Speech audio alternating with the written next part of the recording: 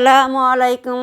Hello everyone, বন্ধুরা সব তোমরা কেমন আছো? আশা করি তোমরা সকলেই ভালো আছো। আলহামদুলিল্লাহ আমিও ভালো আছি। ফিরে আসছি আবার এক রেসিপি নিয়ে আপনাদের সামনে। দেখতে থাকুন। ইলিশ মাছ ধুয়ে পরিষ্কার করে নিয়েছি। এই যে আমি আজকে সর্ষে ইলিশ করবো, আপনাদের সামনে দেখতে থাকুন। সর্ষে ইলিশ করে দেখাবো আপনাদের ঘরে।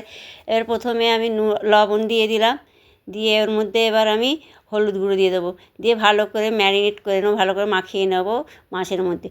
যে সকল বন্ধুরা আমার এই চ্যানেলে নতুন, যদি ইয়াম্মি রেসিপি আপনারা দেখতে চান, সবার আগে বেল আইকনটা ক্লিক করে আমার পাশে থাকবেন, সাবস্ক্রাইব করে বেল আইকনটা ক্লিক করে আর পাশে থাকবেন, তাতে ইয়াম্মি রেসিপি আপনার কাছে পৌঁছে যাবে।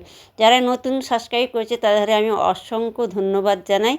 যারা এখনও করেনি তারা সাবস্ক্রাইব করে বেল আইকনটা ক্লিক করে আমার পাশে থাকবেন, তাতে ইয়াম্মি রেসিপি আপনাদের কাছে সবার আগে পৌঁছে যাবে। এবার ম্যারিনেট করে আমি মাছটা সাইড করে দিলাম। এবার সর্ষে আর কাঁচা লঙ্কা নিলাম, এটা আমি মিক্সিতে পেস্ট করে নেবো। পেস্ট করে আসছি, এই যে মিক্সি জারে নিয়ে নেব, নিয়ে আমি পিষে নেবো। আপনারা সিলবাটায়ও বাটতে পারেন। এক মিক্সির জারে পিষে নিয়েছি আমি। এবার গ্যাস জ্বালিয়ে কড়া বসিয়ে দিলাম। কড়া গরম হয়ে গেছে, অয়েল দিয়ে দিলাম।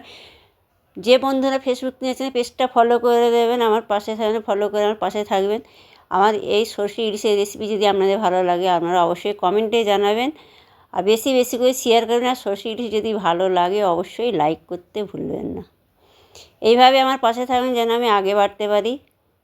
এবার ওর মধ্যে আমি পরিমাণ মতো হলুদ গুঁড়ো দিয়ে দিলাম, দিয়ে ভালো করে তেলের মধ্যে মিশিয়ে দিল। লবণ দিলাম, মাছে লবণ দেওয়া ছিল ওই জন্য অল্প লবণ দিলাম।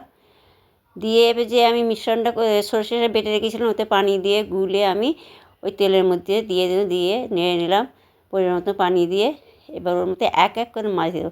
আমি এই প্রসেসে রান্না করেছি, আপনারা এই প্রসেসে রান্না করবে, অসাধারণ হবে খেতে, কি বলবো আপনাদের। এবার ফুটে গেছে মাছের ঝোলটা। এবার ওর মধ্যে আমি ঝালের জন্যে চেরা কাঁচা লঙ্কা দিয়ে দিলাম, দিয়ে নাড়াচাড়া করে আমি চাপা দিই। আবার ফিরে আসছি কিছুক্ষণ পর, ফিরে এসে দেখবো হয়েছে কি না। দেখুন বন্ধুরা, আবার নেড়ে দিলাম। হ্যাঁ, এই প্রসেসে আপনারা রান্না করবেন। আপনারা কীভাবে করেন জানি না, আমি অনেক রকম প্রসেসে রান্না করি, আজকে এই প্রসেসে করে দেখলাম, দেখি কীরকম হয়।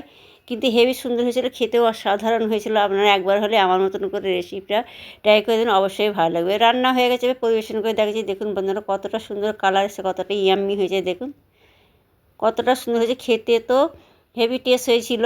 আপনারা একবার হলেও এইভাবে বানিয়ে দেবেন, অবশ্যই ভালো। আর ভালো হলেও আমাকে কমেন্টে জানাবেন, ভালো লাগলে এই রেসিপিটা কমেন্টে জানাবে কেমন হয়েছে, অবশ্যই কমেন্ট করবেন। আর অবশ্যই ভালো লাগলে লাইক করবেন, শেয়ার করবেন বেশি করে।